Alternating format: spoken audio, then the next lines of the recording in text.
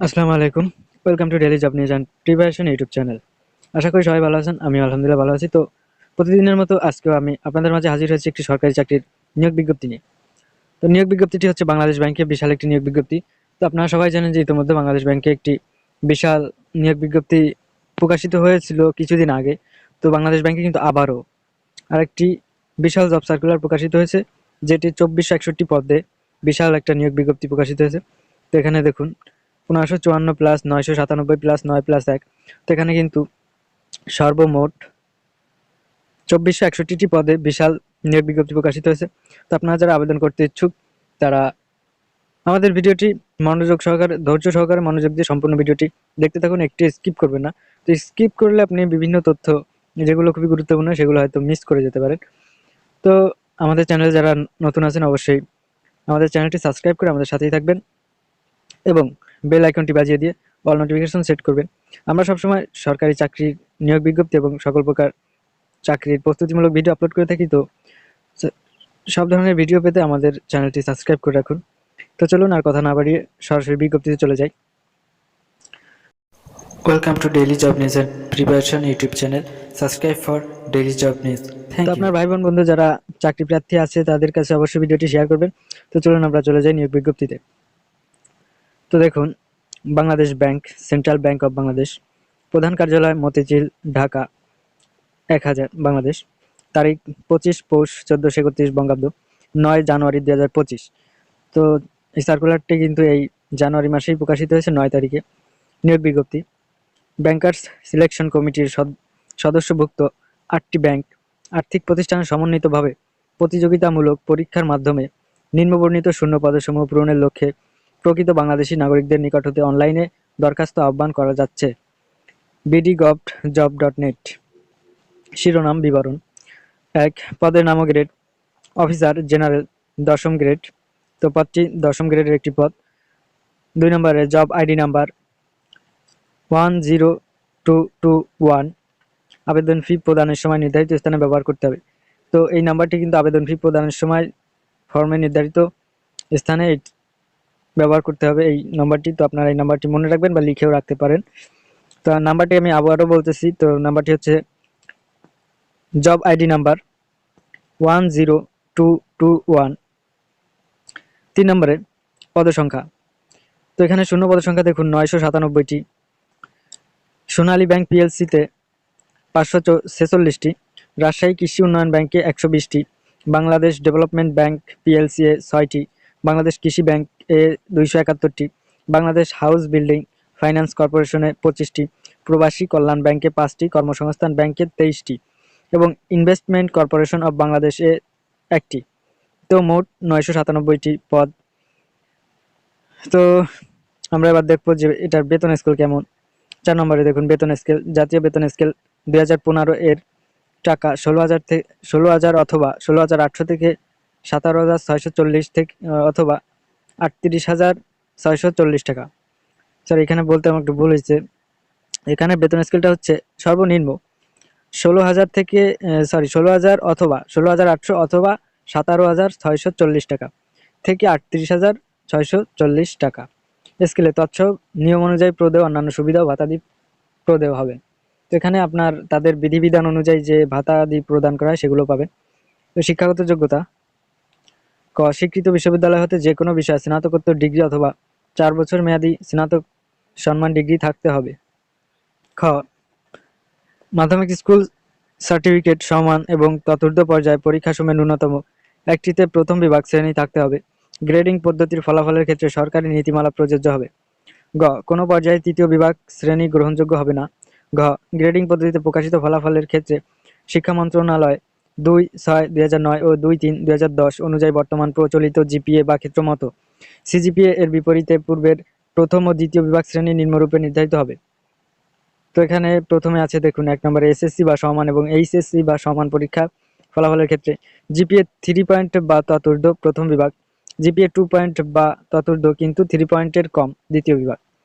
অনুমোদিত বিশ্ববিদ্যালয় কর্তৃক প্রদত্ত সিজিপিএ এর ক্ষেত্রে অর্জিত সিজিপিএ 4 পয়েন্ট স্কেলে 3 পয়েন্ট বা ততোর্ধ্ব প্রথম বিভাগ, 2.25 বা ততোর্ধ্ব কিন্তু 3 পয়েন্টের কম দ্বিতীয় বিভাগ, এবং 5 পয়েন্টের ক্ষেত্রে 3.75 বা ততোর্ধ্ব প্রথম বিভাগ এবং 2.813 বা ততোর্ধ্ব কিন্তু 3.75 এর কম দ্বিতীয় বিভাগ।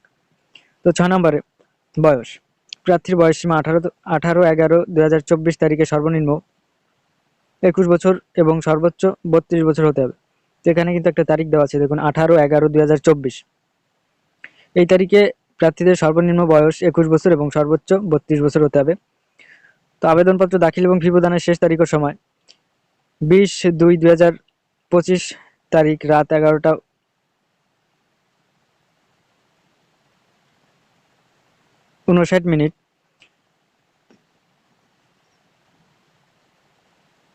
সরি, এখানে আমি ভুল শুরুর তারিখ বললাম মনে হয়, তো এখানে শেষ তারিখ হবে। তো আমি আবার বলছি, আবেদনপত্র দাখিল এবং ফি প্রদানের শেষ তারিখ ও সময় 20/2/2025 তারিখ রাত 11:59। তো এখানে কিন্তু আপনারা ফেব্রুয়ারি মাসের 20 তারিখ রাত 11:59 পর্যন্ত আবেদন করতে পারবেন। কিন্তু এখানে বিশেষ একটি নির্দেশনা আমি দেব, সেটা হচ্ছে সর্বশেষ তারিখ এবং সময়ের জন্য কেউ অপেক্ষা না করে পর্যাপ্ত পরিমাণ সময় হাতে রেখে আবেদন করবেন। 8 নম্বরে ভেরিফাই পেমেন্ট এবং ট্র্যাকিং পেজ সংগ্রহের শেষ তারিখ ও সময় 25/2/2025 তারিখ রাত 11:59। 9 নম্বরে আছে আবেদন ফি, অফেরতযোগ্য টাকা 200 মাত্র। ফি প্রদান সংক্রান্ত বিস্তারিত তথ্যের জন্য 10-10 দ্রষ্টব্য। তো আমরা নিচে দেখব এটা। আবেদন পদ্ধতি: ক, অনলাইন রেজিস্ট্রেশন কেবল বাংলাদেশ ব্যাংকের নিয়োগ সংক্রান্ত ওয়েবসাইট https://recruitment.bb.org.bd এর নির্ধারিত ছক পূরণের মাধ্যমে অনলাইনে নিবন্ধনকরত আবেদন করতে হবে। ইতিপূর্বে নিবন্ধনকৃত প্রার্থী বিদ্যমান সিভি ব্যবহার করে আবেদন করতে পারবেন। আবেদন দাখিলের বিস্তারিত নিয়ম ও শর্তাবলী ওয়েবসাইটেই পাওয়া যাবে। সিবিআইডি নাম্বার: বাংলাদেশ ব্যাংকের সিস্টেমে ইতিপূর্বে নিবন্ধনকৃত প্রার্থীদের বিদ্যমান সিবিআইডি নাম্বার এবং পাসওয়ার্ড ব্যবহার করে আবেদন দাখিল করতে হবে। নতুন প্রার্থী অনলাইনে নিবন্ধন সম্পন্ন করলে একটি সিবিআইডি নাম্বার এবং পাসওয়ার্ড প্রাপ্ত হবে, যা ভবিষ্যতে ব্যবহারের জন্য অবশ্যই সংরক্ষণ করতে হবে। একজন প্রার্থীর বিপরীতে একের অধিক সিভি তৈরি করা যাবে না। গ, প্রার্থীর বিবরণ: প্রার্থীর নাম, পিতা ও মাতার নাম এবং জন্ম তারিখ অবশ্যই এসএসসি অথবা সমমানের সনদ অনুযায়ী অনলাইন আবেদনে লিখতে হবে। ঘ, প্রার্থীর বর্তমান ঠিকানা, প্রার্থীর বর্তমান বসবাসের স্থান এবং নিয়োগ সংক্রান্ত চিঠিপত্র পেতে ইচ্ছুক ঠিকানাকে বর্তমান ঠিকানা হিসেবে উল্লেখ করতে হবে। উম, প্রার্থীর স্থায়ী ঠিকানা, প্রার্থীর ইউনিয়ন পরিষদের চেয়ারম্যান, পৌরসভার মেয়র, ওয়ার্ড কাউন্সিলর কর্তৃক প্রদত্ত জাতীয়তা সনদে উল্লেখিত স্থায়ী ঠিকানাকে প্রার্থীর স্থায়ী ঠিকানা হিসেবে উল্লেখ করতে হবে।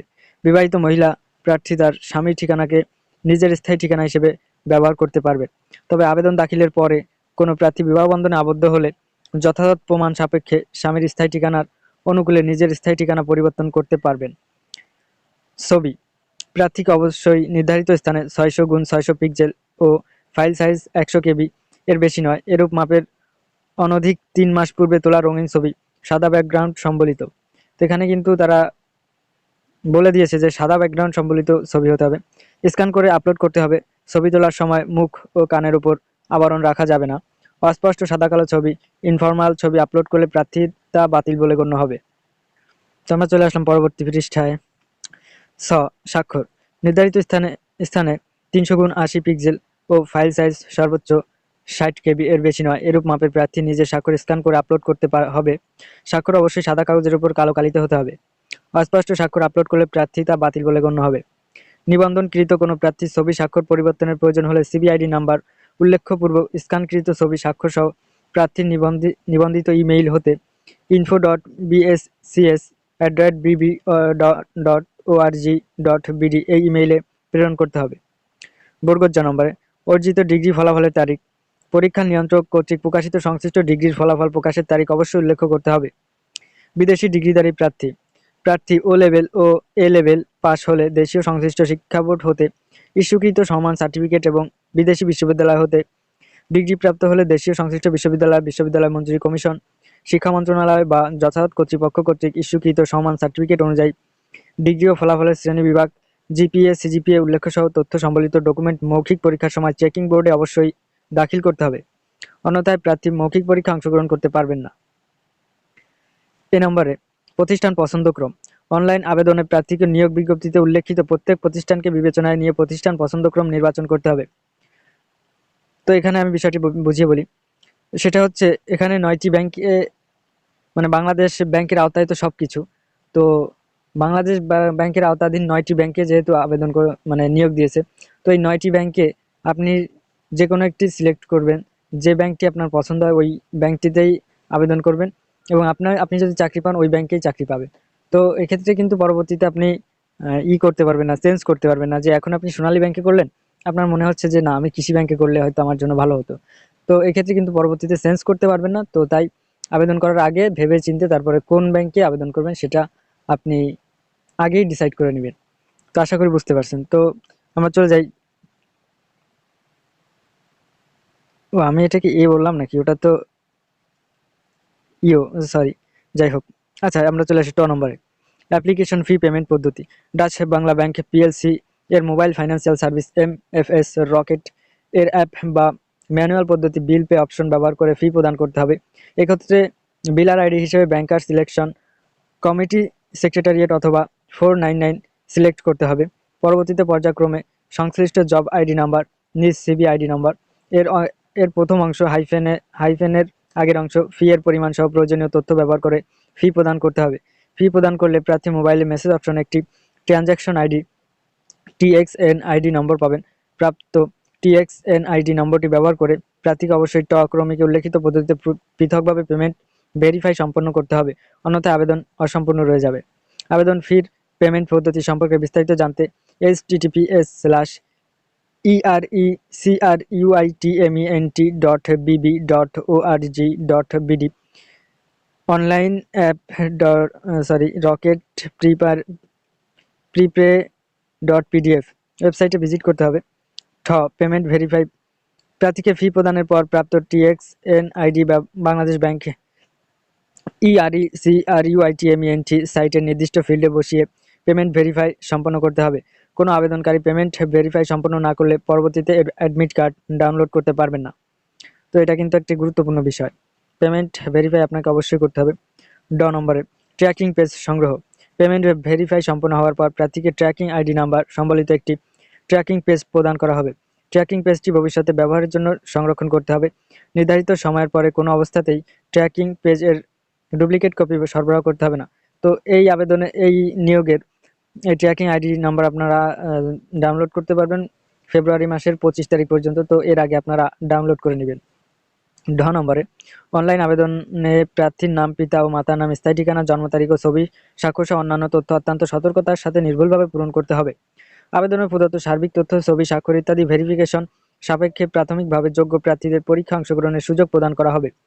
অসম্পূর্ণ ভুল তথ্য সম্বলিত আবেদন কোনো প্রকার যোগাযোগ ব্যতি রেখেই বাতিল বলে গণ্য হবে। 11 প্রাথমিকভাবে যোগ্য প্রার্থীদের প্রবেশপত্র নির্বাচন পরীক্ষায় তারিখ সংক্রান্ত বিজ্ঞপ্তি যথাসময়ে বাংলাদেশ ব্যাংকের নিয়োগ সংক্রান্ত ওয়েবসাইট ও জাতীয় দৈনিক পত্রিকায় প্রকাশ করা হবে। 12 প্রার্থীকে প্রাথমিক নির্বাচনে লিখিত এবং মৌখিক পরীক্ষা অংশগ্রহণ করতে হবে।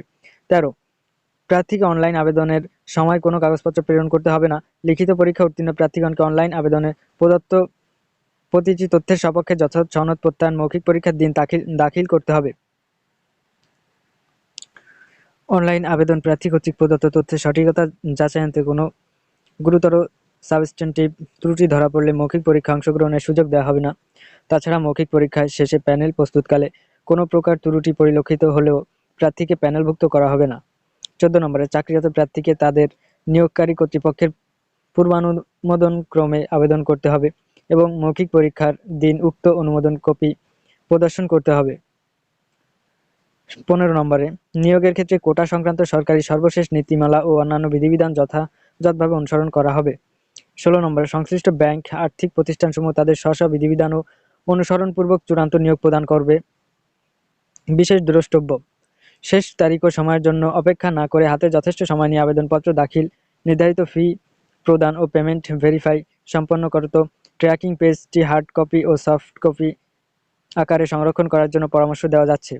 ভুল জব আইডি বা ভুল সিবি আইডি ব্যবহারপূর্বক ফি জমা দিলে বা নির্দিষ্ট সময়ের মধ্যে পেমেন্ট ভেরিফাই না করলে আবেদন গ্রহণযোগ্য হবে না এবং এক্ষেত্রে আবেদন ফি ফেরত প্রদান কিংবা সমন্বয় করা সম্ভব হবে না। bdgov.job.net স্বাক্ষরিত মোহাম্মদ পারওয়াজ আঞ্জাম মুনির, পরিচালক চলতি দায়িত্বে, ব্যাংকার সিলেকশন কমিটির সচিবালয়। সো ভিউয়ার্স, আজকের বিজ্ঞপ্তি এ পর্যন্তই ছিল।